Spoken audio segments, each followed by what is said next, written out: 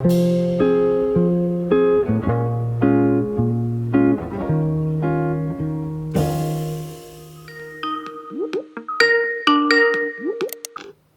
Hi.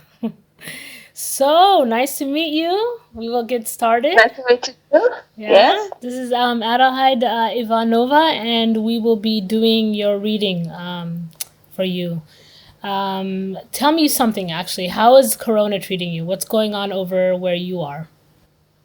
I'm come from Brazil, and I live in Germany now since 2011. And my heart is divided between those very, very concrete situations of how my friends are dealing with that here, and my family and friends back in Brazil. The difference is obviously brutal in the peripheries of capitalism, how Corona not only behaves but enhances the contradictions of the system.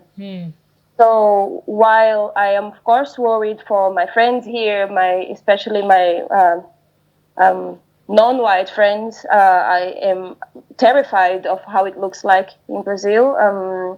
We have a president that is completely denying the fact that the virus is very dangerous.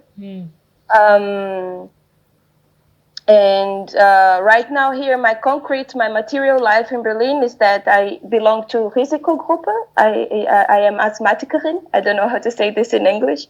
So I've been in self-isolation. I'm starting now the 4th week of self-isolation. All my jobs were canceled until June this year.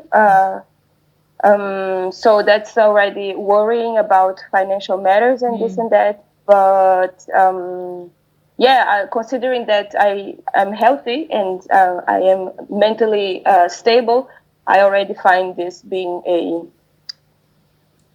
like good news. And I applied for the Berlin help for artists and self-employed people, and hopefully it will work out. Born in Brazil in 1982, Adelaide Ivánova grew up in a matriarchal family. Her grandmother was an amateur actress, and her mother and 7 aunts were all spirited conversationalists, which meant Adelaide cut her teeth telling stories at the dinner table, honing her craft in the oral tradition. Currently situated in Berlin, as a journalist and political activist, Adelaide is engaged with poetry, photography, performance, translation, and publishing. Compelling in its sense of truth-telling, her work has been translated into dozens of languages, and we can't wait to see what she does next. Fred tinha menos de 60 anos quando foi encontrado no apartamento de menos de 60 metros quadrados, no qual vivia há anos sozinho. Fred era desempregado e, apesar de ter ex-mulher e filhos, não tinha família. Eu não sei quais circunstâncias levaram Fred a ser tão solitário. Estou ciente de que Fred não deve ter sido nenhum anjo, mas Fred morreu muito sozinho, muito bêbado e muito pobre, num apartamento, numa cidade, que é Berlim, mas que poderia ter sido qualquer outra.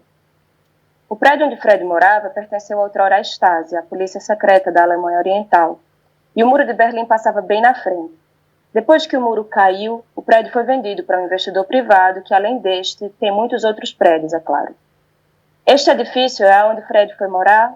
Foi aí que Fred encontrou sua última casa, um AP quarto e sala, onde construiu com as próprias mãos um grande beliche de madeira maciça, da qual, anos depois, ele mesmo caiu e morreu.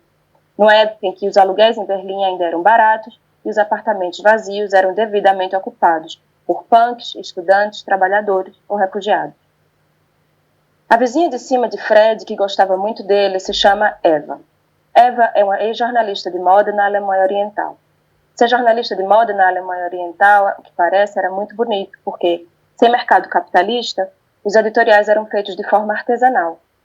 As próprias jornalistas e stylists inventavam e costuravam os looks que não precisavam fazer propaganda ou lobby para nenhuma marca. Ninguém era obrigado a botar uma dondoca na capa. Devia ser massa. Eu recomendo buscar a revista Sibylle na internet. A carreira de jornalista de moda de Eva não vingou depois que o muro caiu e ela disse, acima de tudo, era um mercado etarista que não aceitava nem respeitava mulheres mais velhas. Eu imagino os fashionistas do Oeste desvalorizando a expertise única de Eva, jornalista de moda anticapitalista que se aposentou como autônoma e hoje ganha uma mixaria, que ela complementa trabalhando aos 72 anos como cozinheira, 2 vezes por semana, numa casa de família. Eva veio morar nesse bairro quando ninguém queria, não tinha café, não tinha lojinha, a única coisa que tinha era um monte de bêbado na pracinha. Hoje, Eva diz, é melhor. Tem mais vida e mais jovens no bairro, só ficou ruim, porque o aluguel vai ficando cada vez mais caro, cada vez se fala mais inglês no prédio. Eva não aprendeu inglês, aprendeu russo. Eva diz que gentrificação é ruim, mas é boa para mulheres e idosos, porque nos beneficiamos do fato de que se tem vida nas calçadas do bairro, temos menos medo de voltar para casa de noite sozinha depois do trabalho. Só continuamos evitando a pracinha, que continua sem iluminação pública, porque sabemos que iluminação pública é de interesse de 1. Mulheres, 2. De propriedade privada. Se na pracinha não tem nada de valioso, só uns desempregados e mulheres voltando de noite da universidade ou do trabalho, para que gastar esses euros iluminando a praça pública? Se na pracinha tivesse uma loja de carro, certamente que os postes já teriam sido instalados, não é mesmo? Gentrificação, então, é isso. É quando o setor privado é quem investe na melhoria dos bairros, provendo o que o Estado tinha que prover, tornando privado aquilo que na real é público, e o preço que pagamos é alto, mas solteiras e idosos são os primeiros a serem despejados. E é por isso que ativistas da moradia falam tanto não somente do direito de morar, mas do direito à cidade. Aliás, viva a Cotton Co, viva o London Renters Union, viva o MTST. Esses dias, tentando driblar o Mietendeckel antes dele ser aprovado, nome coloquial da lei, tramitando no Senado de Berlim de regulamentação dos aluguéis, o investidor privado, dono do seu prédio, mandou um aumento de aluguel para Eva, que ficou muito preocupada. Ela levou seu caso para a Associação dos Inquilinos e depois foi num evento informativo com Kathleen Genburg sobre a expropriação dos grandes proprietários. #Deutsche Wohnung co-enteignen. Mas nada disso ajudou a resolver a situação concreta de Eva. Além de tudo, Eva tinha levado uma queda e quebrado um braço. Então não podia trabalhar na casa de família, e se não tinha como trabalhar, não tinha como complementar a aposentadoria xoxa que Eva ganha depois de trabalhar anos e anos como jornalista autônoma. Então não tinha como pagar o aumento. Eva ainda não perdeu seu apartamento. Eva é minha vizinha de cima, e eu moro no apartamento onde Fred antes morava, e eu durmo na cama que Fred construiu. E eu tenho muito carinho por Fred, que nunca conheci, mas cujo trabalho braçal produziu uma cama muito gostosa, na qual eu às vezes perco o sono, sem saber como vou pagar o próximo aluguel ou o aumento do preço da calefação, que apesar de cara não funciona e o senhorio não conserta. Às vezes eu fico me perguntando se Fred foi feliz aqui, como às vezes eu sou, mas nem sempre. Será que ele também perdeu o sono com medo de ser despejado? O que será que nos conecta, nós três, para além do endereço? Eu não sei direito. Eu também tenho família, também trabalho na casa dos outros, apesar de ser jornalista. Certamente também será xoxa a minha aposentadoria. E quando estou triste, também bebo sozinho em casa. Fred had not yet turned 60 when he was found in the apartment of fewer than 60 square meters, where he had been living for years alone. Fred was unemployed, and even though he had an ex-wife and kids, did not have a family, I don't know the circumstances that made Fred so alone. I'm aware that it is likely Fred was no angel. But Fred died very alone, very drunk, very poor, in an apartment, in a city, that is Berlin, but it could have been any other city. The building where Fred lived once belonged to the Stasi, the secret police of East Germany, and the Berlin Wall stood right in front of it. After the wall fell, the building was sold to a private investor that owns many other buildings besides this one, of course. This building is where Fred came to live, where Fred found his last home, a one-bed studio flat where he built with his own hands, a big bunk bed of solid wood, from where years later he himself fell and died, at a time where rent in Berlin was still affordable and empty flats were properly occupied by punks, students, workers, or refugees. Fred's upstairs neighbor, she really liked him. Her name is Eva, is a former fashion journalist from East Germany. Looks like being a fashion journalist in East Germany was nice, because without a capitalistic market, editorials were artisanal. The journalists themselves and the stylists would create something and would sew the looks they wouldn't need to advertise or lobby brands for. Nobody needed to place an it girl on the cover. Must have been great. I recommend Googling Sybil magazine. Ava's career as a fashion journalist did not thrive after the wall fell. She said, After all, it was an ageist market that wouldn't accept nor respect older women.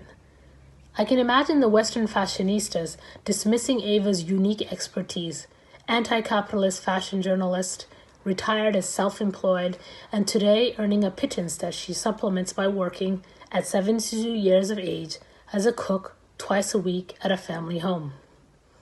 Eva came to live in this neighborhood back when nobody wanted to. No cafe, no corner shop. The one thing it did have was a bunch of drunks on the square. Today, Eva says, it's better. There's more life and more young people in the neighborhood. It has only gotten worse because the rent is getting higher and higher, and there are more and more people speaking English in the building. Eva learned Russian, not English. Eva says that gentrification is bad, but it works for women and old people, because we benefit from the fact that if there's life on the streets of our neighborhood, we are less afraid of walking home alone at night after work. We just keep avoiding the square. They're still not properly lit because we know the street lighting is of interest to 1, women, 2, private property. If there's nothing of value on the square, just a bunch of unemployed drunks and women returning home at night from uni or work, why spend any euros lighting the public square? If only they had a car dealer there, certainly a few lamps would have already been installed. Isn't that so? Gentrification is then, it's when the private sector is the one investing in improving the neighborhoods, providing what the state should have provided, making private what is in fact public, and the price we pay is high. Single mothers and old people are the first ones to get evicted, and that is why housing activists talk so much not just about the right to inhabit, but also about the right to the city. Actually, long live Coty and Company, long live the London Renters Union, long live the MTST. These days, trying to dribble the Mietendecke before its approval, colloquial denomination of the housing regulation and rent control law being processed by the Berlin Senate, the private investor owner of this building has raised Eva's rent. She was worried and took her case to the Tenants Association and later attended an informative event with Katalin Gunberg about landlord expropriation. #DW and Company entdeckenden. But none of it helped Eva solve her current situation. On top of everything else, Eva took a fall and broke an arm. So she couldn't work at that family home. And because she wasn't working, she had no way of supplementing her meager pension that Eva earns after having worked years and years as a self-employed journalist, so she couldn't afford the rise in rent. Eva hasn't lost her apartment yet. Eva is my upstairs neighbor, and I live in the apartment where Fred used to live, and I sleep on the bed that Fred built, and I have a soft spot for Fred, whom I've never met, but whose handiwork produced a very nice bed, on which I sometimes lose sleep, not knowing how I'll pay next month's rent, or the increase in the price of eating. That despite being too expensive doesn't really work and the landlord won't fix. And sometimes I ask myself if Fred have ever been happy here, just like I am sometimes, but not always. I wonder if he also didn't sleep, in fear of being evicted. What is it that binds us, the three of us, besides an address? I don't really know. I too don't have a family. I too work at other people's homes, despite being a journalist. My pension will certainly be meager as well. And when I am sad, I drink alone in my flat, too. Yeah, thank you. And I hope after all of this crisis, I think our world is going to be completely different, first of all. But I hope that we can meet in a cafe in your neighborhood and have a drink or a coffee. And hopefully we can hold each other back in our arms, everybody. Yes, yeah. And you're more than welcome, of course, to visit Hamburg. And thank you so much for taking part in our first ever virtual Hafenlesung. It's been a pleasure. Thank you. Thank you for the invitation. Thank you very much, Lubi. Take care. Yes, take care. Bye. Bye.